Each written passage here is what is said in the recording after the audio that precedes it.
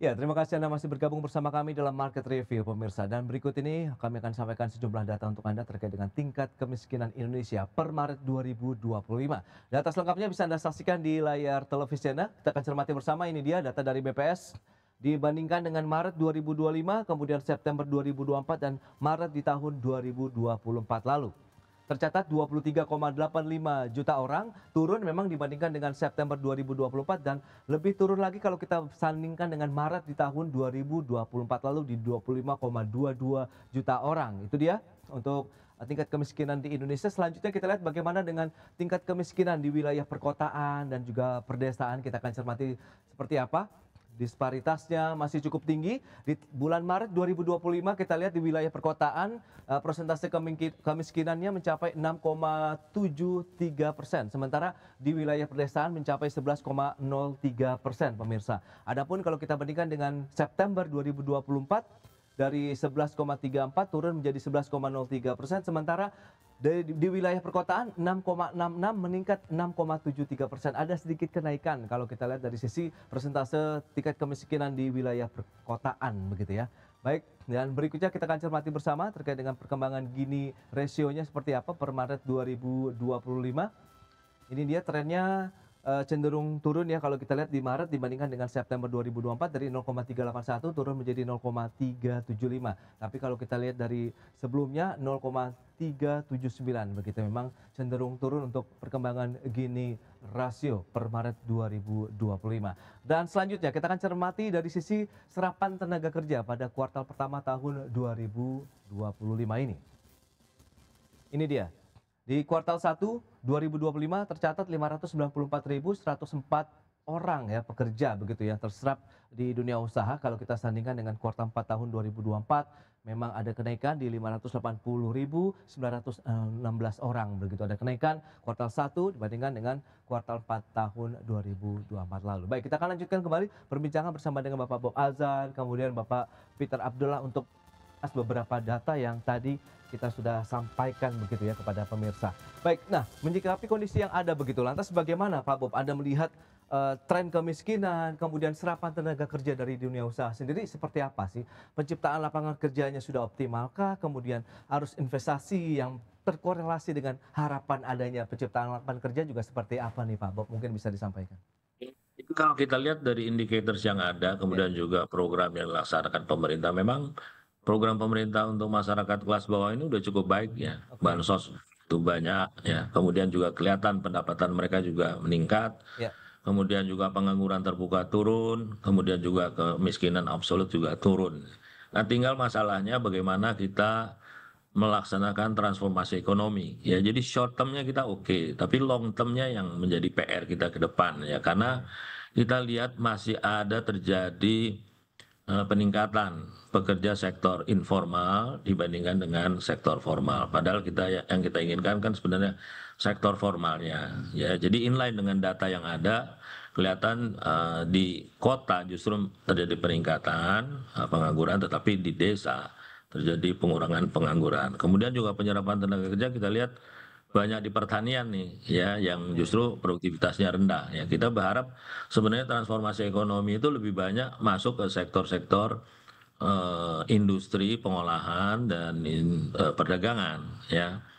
Tapi kita lihat arahnya sebaliknya. Jadi sebenarnya yang menjadi PR kita ke depan bagaimana meningkatkan kualitas pertumbuhan ekonomi kita, kemudian juga kualitas investasi kita ke depan, ya sehingga eh, kelas menengah ini yang menjadi motor ya penggerak ekonomi ke depan. Itu yang menjadi PR kita. Tapi nggak usah khawatir, ini bukan PR Indonesia aja, ini semua Oke. negara PR-nya sama. Oke. Ya, bahkan di US sendiri, Trump itu kan sekarang cenderung membuat policy yang kontra ya terhadap policy sebelumnya dari Demokrat yang memang banyak memberikan subsidi kepada mereka yang kelas bawah. Tapi sekarang demi untuk menggerakkan ekonomi kelas menengahnya nih ya. Jadi kenaikan tarif itu secara nggak langsung juga akan memukul daya beli kelas bawah ya di Amerika, termasuk kelas menengahnya. Tetapi tarif yang diterima itu nanti akan dipakai untuk relaksasi pajak kelas menengah. Jadi kelihatan sekali pemerintah Trump sekarang ingin membangun ekonomi dari kelas menengah. Saya rasa PR hampir semua negara juga sama ya. Nah, tinggal di Indonesia ini apa nih program-program untuk kelas menengah. Kalau yang bawah ini udah banyak program yang dilakukan ya.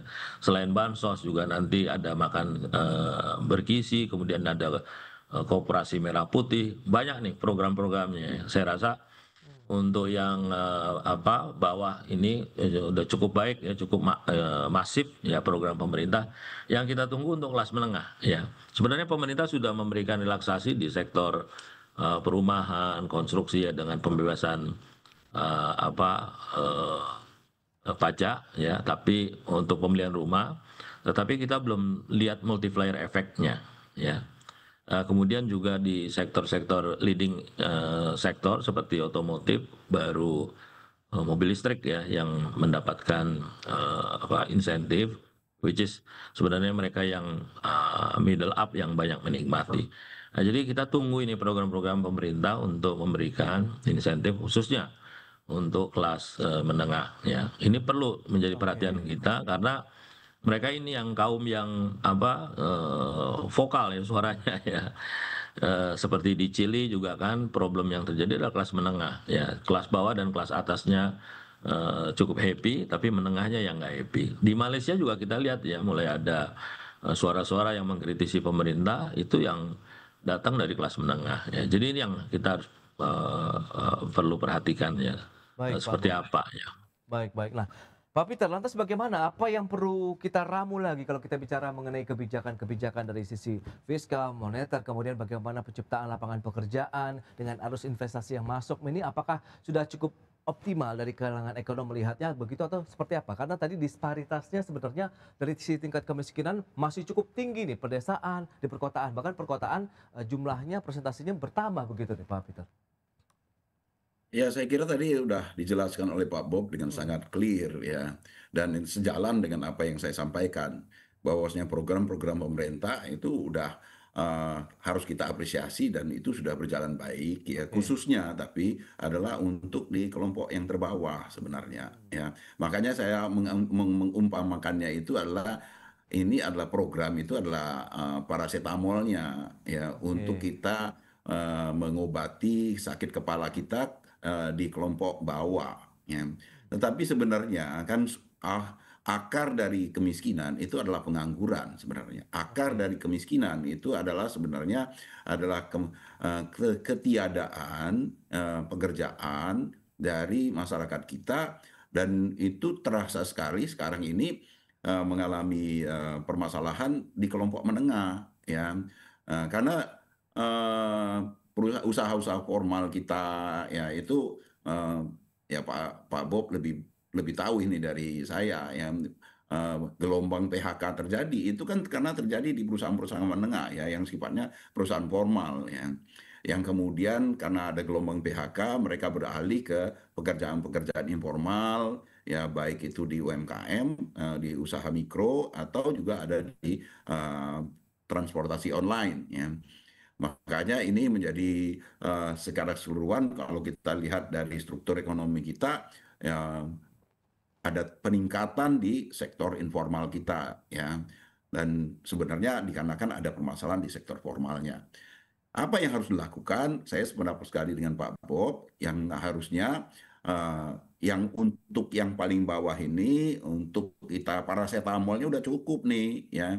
Yang perlu itu adalah bagaimana kita membangun kembali kelompok menengah kita, eh, industri kita agar supaya ini bisa menjadi membuka lapangan kerja yang jauh lebih besar, Oke. memberikan pendapatan yang lebih baik dan pada akhirnya benar-benar menyelesaikan permasalahan yang paling utama dari bagaimana kita mengentaskan kemiskinan ya. Bukan hanya sekedar paracetamol ya. Sekarang ini kan kemiskinan terutama kemiskinan absolut ya. Ini perlu dipahami, kemiskinan absolut itulah kemiskinan terkait dengan kebutuhan pokok ya.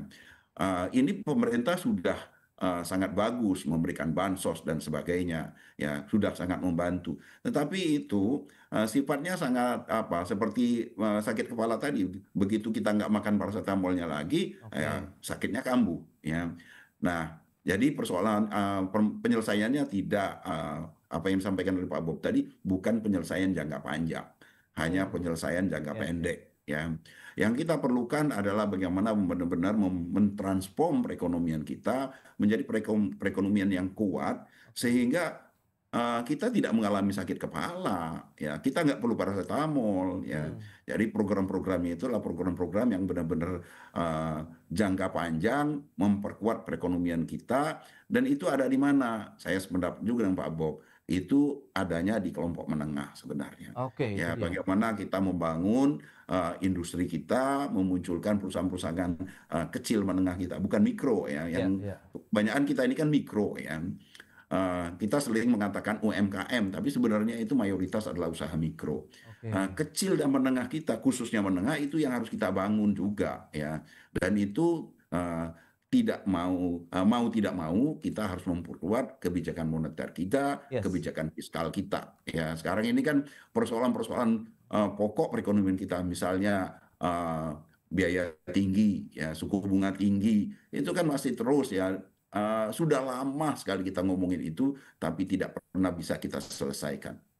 Baik, Pak Peter, lantas strateginya seperti apa? Apa ramuan-ramuan seperti apa yang perlu diharapkan? Tadi juga Pak Bob menyampaikan butuh insentif lagi. Dan insentif seperti apa yang lebih kepada ini adalah obat yang jangka panjang. Kita akan bahas nanti di segmen berikutnya. Kita akan jeda kembali sebentar. Dan pemirsa, tetaplah bersama kami.